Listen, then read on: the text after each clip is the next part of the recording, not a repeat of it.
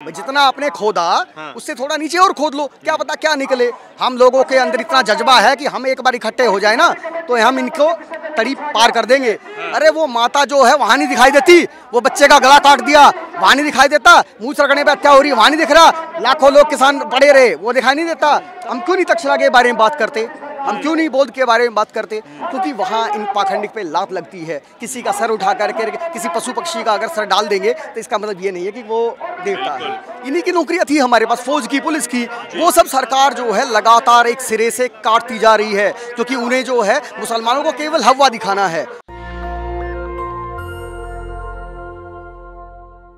नमस्कार, मैं इस वक्त मौजूद हूँ अशोका रोड पर और ये वो सड़क है जहाँ आज एक बड़ा हुजूम है किसानों का।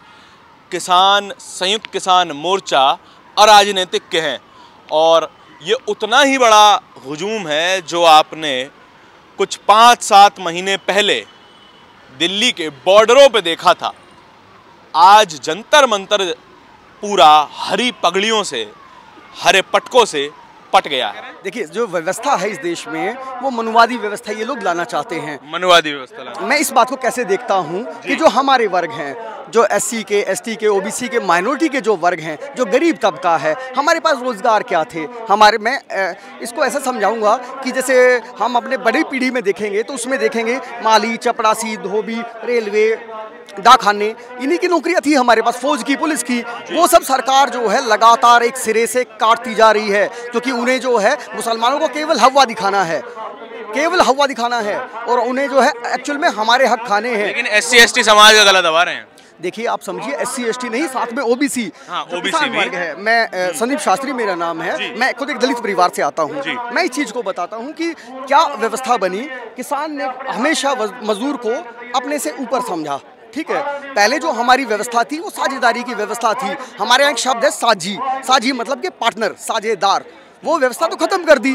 अब हमारे आपस के बीच में मतभेद पैदा कर दिए और खुद वो बैठ करके खुद देखिए, सारी नौकरियां जब ये प्राइवेट कर देंगे तो हमारा आरक्षण गया, आरक्षण हमारा 0 हो जाएगा। आईएएस इनको लेने होंगे तो इसे मेरे वर्ग की जरूरत नहीं है, ये लेटरल एंट्री से ले लेंगे, हमारे ऊपर थोपेंगे, वो हमारे लिए कानून बनाएंगे और वो हम क्या करेंगे, उनको फॉलो करेंगे, नहीं तो हमें डंडे से मारा जाएगा। और मैं तो कहता हूं लोगों से कि जो अपने घरों में अभी, लेकिन मेरा सवाल सर इसमें ये है कि जो बहुजन समाज भी है, एससी एसटी ओबीसी समाज जो है, उसमें भी जो है एकता नहीं है। मेरी ये शंका, चिंता है मेरी ये कि जितनी भी किसान जातियाँ हैं वो अपने से जो नीचे जातियाँ हैं, जो व्यवस्था में से जो नीचे हैं, मैं नहीं मानता कोई ऊंचा नीचा है, अपने से व्यवस्था में जो नीचे हैं उन पर भी दमन करते हैं। तो एकता आएगी कैसे? ब्राह्मण ओबीसी पे करेगा, ओबीसी एसटी पे करेगा, एससी एसटी पे करेगा। इसको ऐसे समझता हूँ कि ब्राह्मणों की जिन्होंने तथाकथित अपने आप को ऊंचे पद पे देखा, उन लोगों ने क्या किया, उन्होंने वो नीचे वाले तबके के साथ किया, मतलब ओबीसी के साथ किया। ओबीसी ने वही फॉलो किया एससी के साथ में। एससी ने सोचा अरे ये तो एसटी है, मतलब हर आदमी अपने से नीचे का दमन करता आ रहा है, जबकि वो उसका सहयोगी है। जब एक आदमी, मैं अक्सर अपने लोगों को ये समझाता हूँ कि जब एक आदमी एक खेत में रहता है, एक मटके में पानी पीता है, भाई अलग अलग पात्र होते हैं कि अलग अलग पात्र से पानी पी रहा है, एक जगह खेती कर रहा है, हर एक चीज़ इस्तेमाल कर रहा है, तो अनटचेबिलिटी कहाँ रही? ये फैलाई जो है इन पाखंडियों ने फैलाई है। ये हकीकत बात है। हमारे यहाँ हम क्यों नहीं तक्षशिला के बारे में बात करते, हम क्यों नहीं बौद्ध के बारे में बात करते? क्योंकि वहाँ इन पाखंडिक पे लात लगती है। किसी का सर उठा करके किसी पशु पक्षी का अगर सर डाल देंगे तो इसका मतलब ये नहीं है कि वो देवता है। और इसमें जो है सबसे ज़्यादा पाखंड में कौन है? एससी के लोग। अरे भाई 20,000 रुपये का जागरण कराओ, 4 में माता आती है। माता के पास इतना टाइम है क्या? ये संभव नहीं है। 20,000 में माता आ जाती है। अरे 20,000 का जागरण करवाते हैं, मैंने देखा, गाँव में जाता हूँ, इतना पाखंड फैला पड़ा है कि 20,000 का जागरण, 4 में माता आती है, उल्टा पलटी खाती है। अरे वो माता जो है वहाँ नहीं दिखाई देती, वो बच्चे का गला काट दिया वहाँ नहीं दिखाई देता, मुँह सरकने पे हत्या हो रही वहाँ नहीं दिख रहा, लाखों लोग किसान पड़े रहे वो दिखाई नहीं देता, कभी हाथरस में हो रहा है। तो मेरा यही समाज जो है, यही समाज तो इस मनुवादी व्यवस्था का बहिष्कार क्यों नहीं करता? यदि आपको मंदिरों में एंट्री नहीं दी जाती, मंदिरों का बहिष्कार कीजिए। मंदिरों का बहिष्कार करना ही चाहिए, 100% होना चाहिए। वो लोग अभी जो हैं अशिक्षित हैं। हमारे यहाँ जाति इतनी बड़ी समस्या है कि उसका कोई तोड़ नहीं है।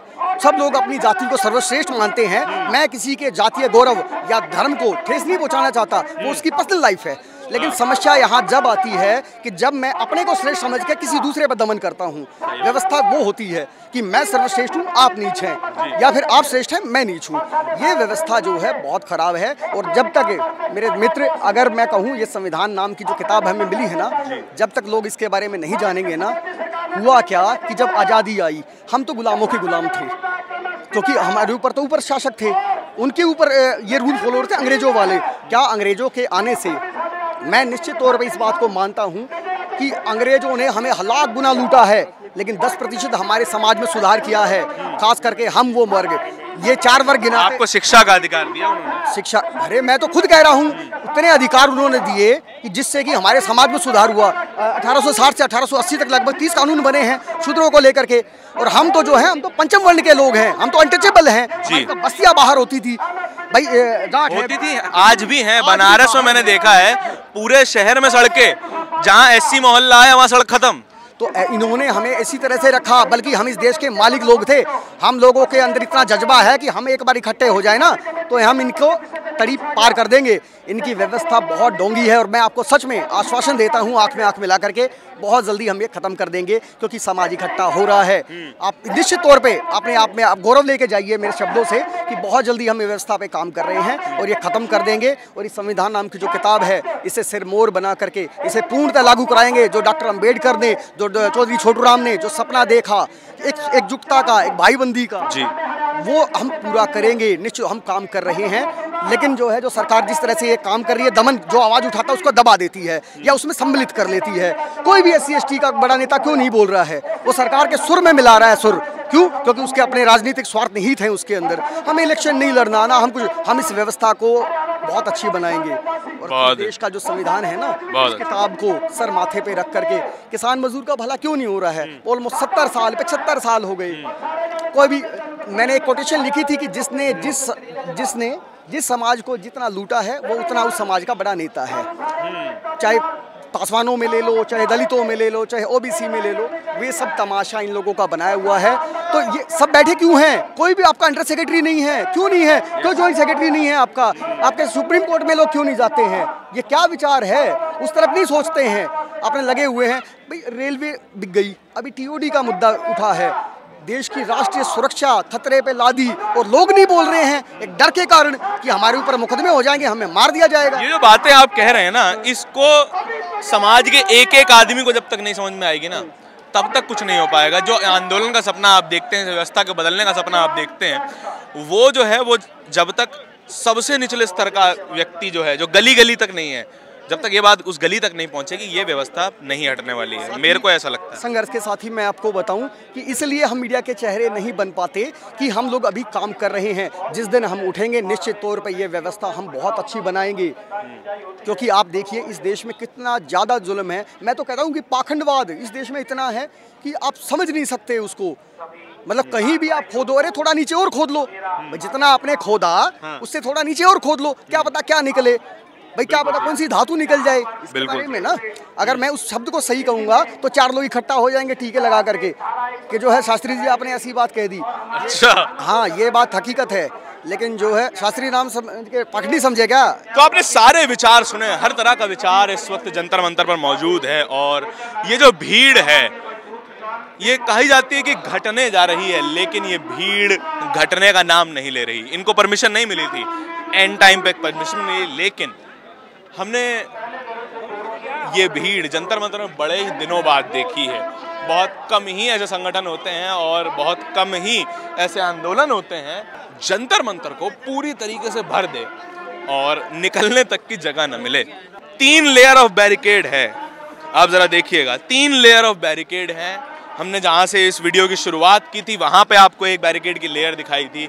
एक बैरिकेड की लेयर बीच में लगी है जो कि खुली है, और एक बैरिकेड की लेयर ये है, बैरिकेड की लेयर ये है, और आगे जाकर ये सड़क भी बंद करी हुई है। हम आपको बाहर भी दिखाएंगे, बाहर भी लोगों का मजमा लगा हुआ है, और ये मजमा बहुत ही कम देखने को मिलता है जंतर मंतर पर कि लोग अशोका रोड की शुरुआत से लेके अंत तक लोग बैठे हुए हैं और अपने एहतजाज में इस सरकार से सवाल पूछ रहे हैं।